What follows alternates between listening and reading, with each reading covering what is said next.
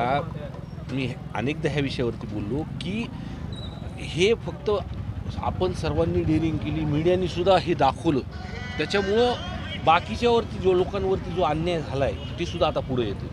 अजून खूप जण येणार आहेत पुढे आणि त्या विषयावरती मला वाटतं धस अण्णा या SP साहेबांना त्या विषयावरती बोललो. मीही काल त्यांना भेटून आलो होतो, त्यांनी पत्रसुद्धा दिलं आहे आणि मी सुद्धा SP साहेबांना या विषयावरती बोलणार. काल मुंबईत देखील मोर्चा निघाला, आपल्याकडे देखील मोर्चे निघाले, मात्र या दरम्यान जर पाहिलं तर तुम्ही जी मागणी करता त्या मागणी त्या अजून थांबत.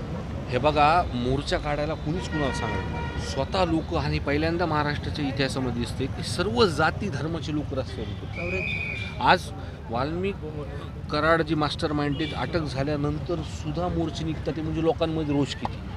आज लोक फक्त फास्ट ट्रॅकवरती चालवायचं, CDR प्रमाणे तपास करायचा आणि 12 तासामध्ये ज्यांनी फोन केले आहेत प्रशासनाला, मग ते SP असतील, त्या भागातले DYSP असतील, त्या पोलीस स्टेशनचे अधिकारी असतील, हे जर तपासलं तर पूर्णपणे लक्षात येईल आणि प्रशासनाला पण मोकळा श्वास दिला पाहिजे काम करायला.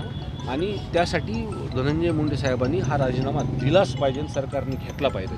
पहिली प्रतिक्रिया मला वाटत नाही आता आंधळी सापडत. जे काही त्या भागात जे काही घडतं, जे काही इतिहास आहे, सापडायचं असलं असतं तर पोलिसांनी सापडलं असतं, पण मला वाटत नाही आता सापडत. प्रत्येक व्हिडिओ जे आहेत नवनवीन समोर येत आहेत, मात्र प्रशासनाला पोलीस प्रशासनाला मिळत नाहीत काही व्हिडिओ. हे बघा, मी सुरुवातीला जे बोललो होतो ना की CDR तपासलं, त्याच पद्धतीने प्रशासन जो तपास घेतं आहे आणि त्याच प्रत्येक दिवशी आपल्याला काही ना काही तरी फुटेज आपल्याला तिथं भेटते. म्हणजे ही साखळी जुळत चाललेली आहे.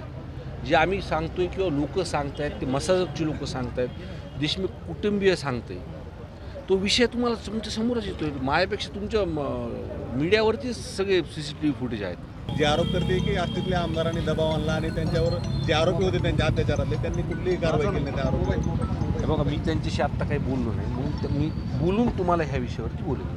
मात्र काल वाल्मिक कराड यांनी 3 दिवसाचा उपचार केल्यानंतर रात्री उशिरा डिस्चार्ज देण्यात आला. त्या अगोदर जी आरोग्यांसाठी त्या ठिकाणी उपचार केला जातो, त्या ठिकाणी न करता ICUमध्ये उपचार केला जातो. त्यामुळे आरोग्य यंत्रणेने अनेक प्रश्न उपस्थित केले जात होते. तुमचं काय म्हणणं असेल? मी आधीपासून म्हणतो की सरेंडर होण्यापासून जी काही VIP ट्रीटमेंट झाली ती मंत्रिपदा असल्यामुळेच त्यांना ती संरक्षण तिथं दिलं जातं. त्यामुळे त्यांनी राजीनामा हा दिलाच पाहिजे. ह्या सगळ्या गोष्टी होती. अहो, हे तुम्हाला सांगतो मी की 28 तारखेला बीडला मोर्चा निघाला आणि माझ्या माहितीनुसार ते पुण्यामध्ये एका मोठ्या हॉस्पिटलमध्ये 2-3 दिवस तिथं ॲडमिट होते. आणि जेव्हा लोक रस्त्यावर उतरल्यानंतर तिथून ते फरार झाले. त्यांना कुणी ॲडमिट केलं, त्या काळामध्ये कोण त्यांना भेटायला गेलं, ह्याचाही तपास झाला पाहिजे.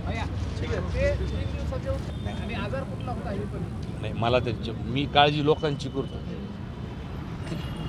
ही गुन्हेगारांची काळजी प्रशासन करणार.